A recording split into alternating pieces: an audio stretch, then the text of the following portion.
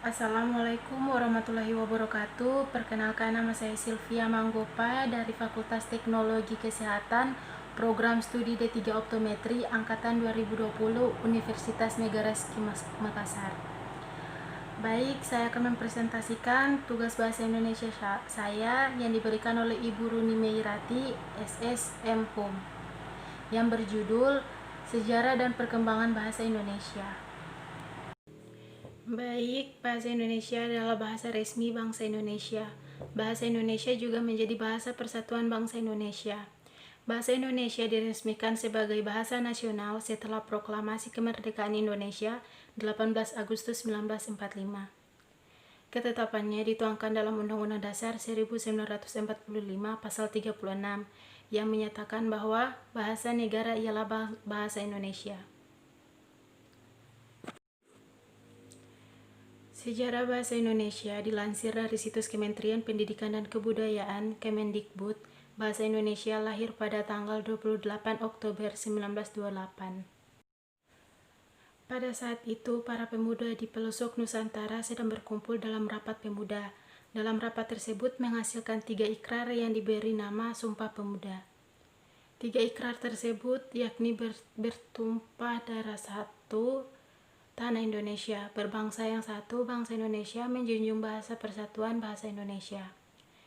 Ikrar yang ketiga merupakan tekad bahwa bahasa Indonesia merupakan bahasa persatuan bangsa Indonesia.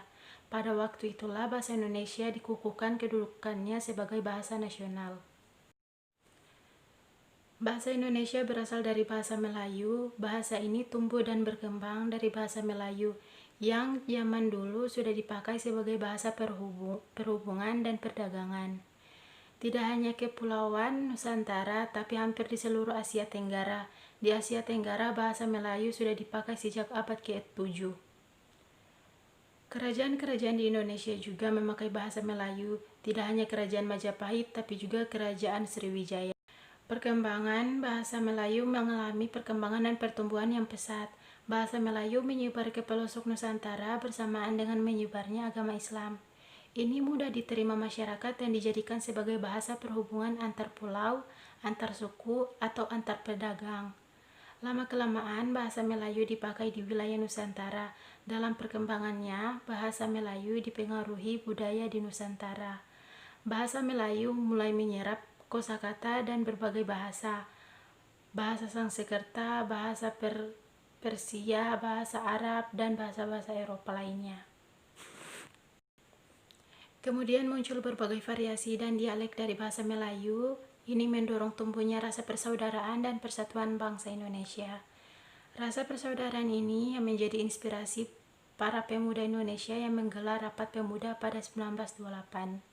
Peristiwa itu membuat perkembangan bahasa Indonesia dengan pesat. Sekarang, bahasa Indonesia dipakai oleh berbagai lapisan masyarakat Indonesia.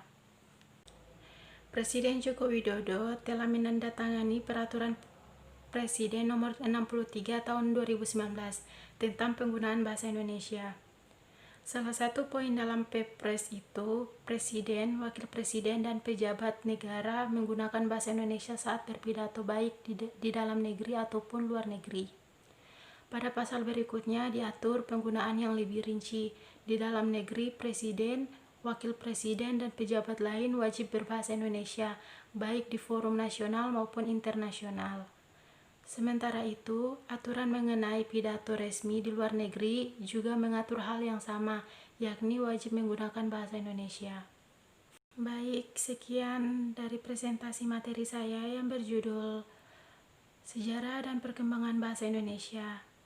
Lebih dan kurangnya saya mohon maaf. Wabillahi taufiq wal hidayah. Assalamualaikum warahmatullahi wabarakatuh.